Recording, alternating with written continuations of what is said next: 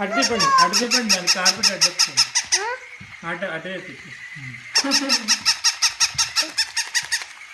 అయితే ఒక ఆడ మగ పింక్ కూడా ఉంది.